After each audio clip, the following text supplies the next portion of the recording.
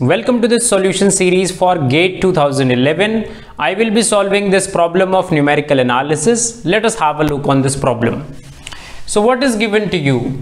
Consider the system of equation. तो आपके पास एक सिस्टम दिया हुआ है इक्वेशंस का और जनरली 3x3 का ही हमें दिया जाता है बिकॉज उसके अलावा अगर बड़ा सिस्टम दे दिया जाए तो वो सॉल्व करना बहुत मुश्किल हो जाता है और टाइम टेकिंग होता है।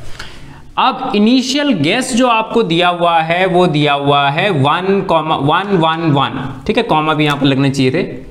तो ये आपके सॉल्यूशन का इनिशियल गेस है।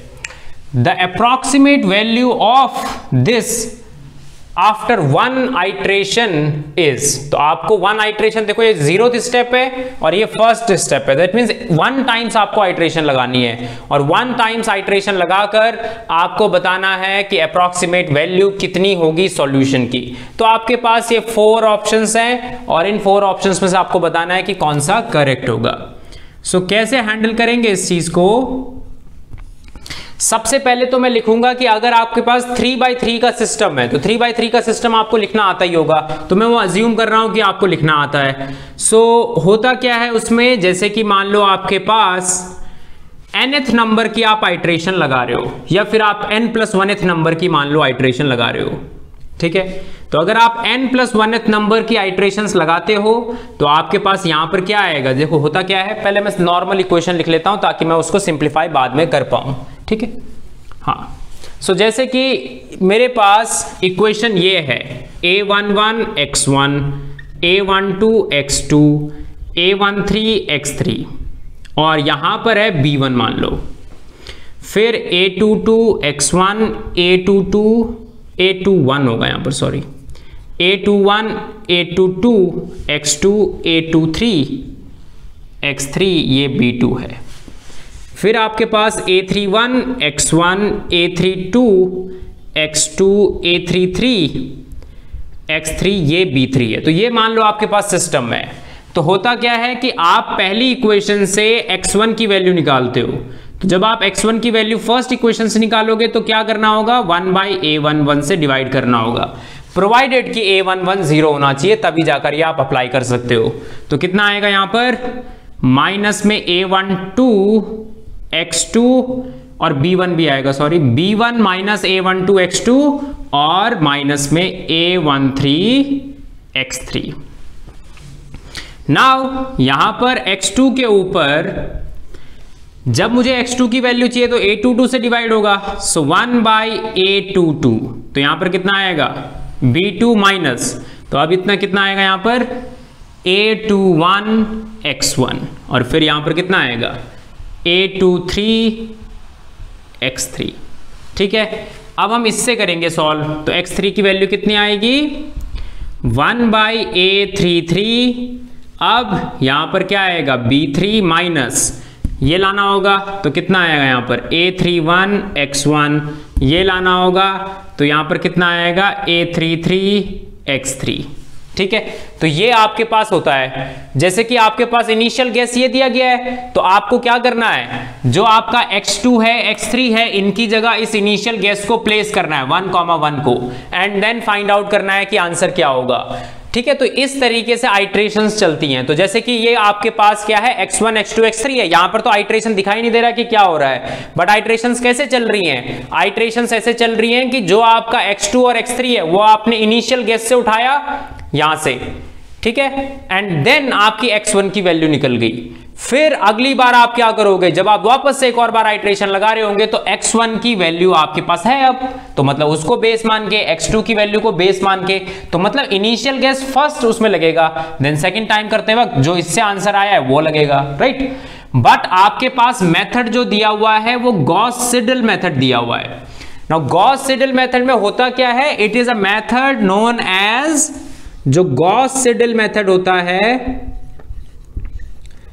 उस मेथड को हम क्या कहते हैं, it is known as successive displacement या फिर रिप्लेसमेंट भी आप लिख सकते हो। तो सक्सेसिव डिस्प्लेसमेंट का क्या मतलब है कि जैसे आपने यहां पर x2 और x3 की वैल्यू इनिशियल गेस से उठाई, बट आप अगली बार देखोगे तो x1 की रिक्वायरमेंट है, तो गॉस सीडल में ये खासियत होती है कि x1 की जो वैल्यू है वो मैं अब क्या उठाऊंगा, ये वाली नहीं उठाऊंगा, जो फर्स्ट इक्वेशन से x1 की वैल्यू निकली है उसे मैं उठाकर यहां पर रखूंगा। मतलब हर बार आप न्यू वैल्यूज का यूज करोगे, क्योंकि x3 अभी तक कैलकुलेट नहीं हुआ है तो x3 तो मैं वही वाला रखूंगा।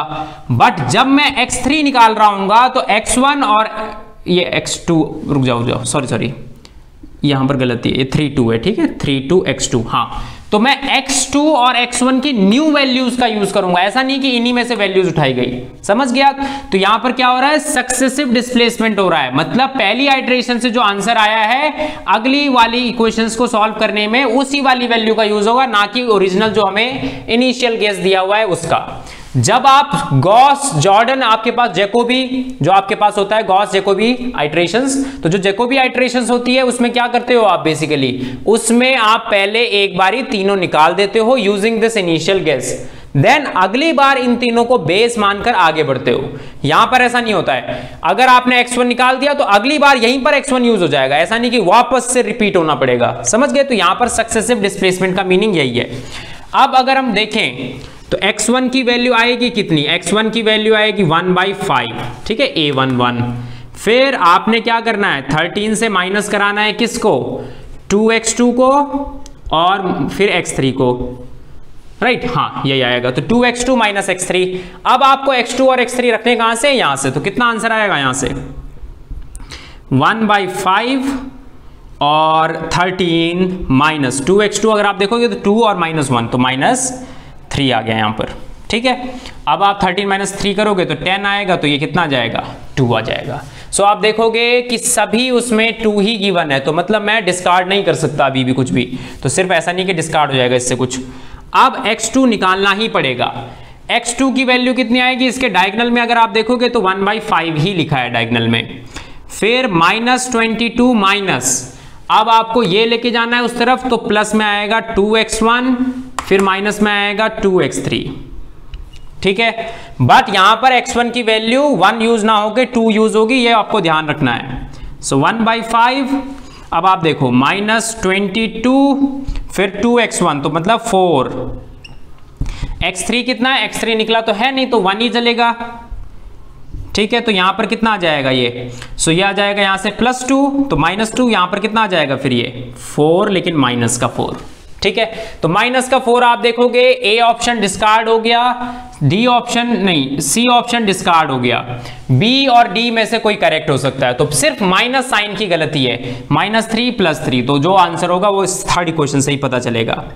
तो जब आप थर्ड इक्वेशन में रखोगे तो थर्ड इक्वेशन में आपने 1/8 लिखा, फिर आपने लिखा 14 वहां पर लिखा है माइनस, तो आपके पास x1 प्लस में आएगा उधर और माइनस में आएगा 2x2, ठीक है। 1/8 हो गया, हाँ सब कुछ हो गया। बट आप x1 और x2 की ये वैल्यूज नहीं रखेंगे, न्यू वैल्यूज रखेंगे, तभी इसका नाम सक्सेसिव डिस्प्लेसमेंट है। सो 1/8 14 + x1 2, यहां पर से -4 तो +8, राइट। सो कितना हो गया ये 24 हो गया यहां से, ठीक है। सो 24/8 मीन्स 3 आ गया।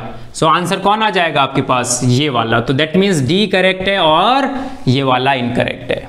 ऑलराइट, तो इस तरीके से हम इस प्रॉब्लम को सॉल्व कर सकते हैं। ज्यादा मुश्किल ये प्रॉब्लम नहीं है, बस आपको मीनिंग पता होना चाहिए सक्सेसिव डिस्प्लेसमेंट का, इसीलिए वो स्पेसिफाई कर रहा है। अदरवाइज वो जैकोबी आइटरेशन लिखता तब मेरा आंसर डिफरेंट आता इससे। इन दोनों में यही फर्क होता है, ये आपको ध्यान रखना है।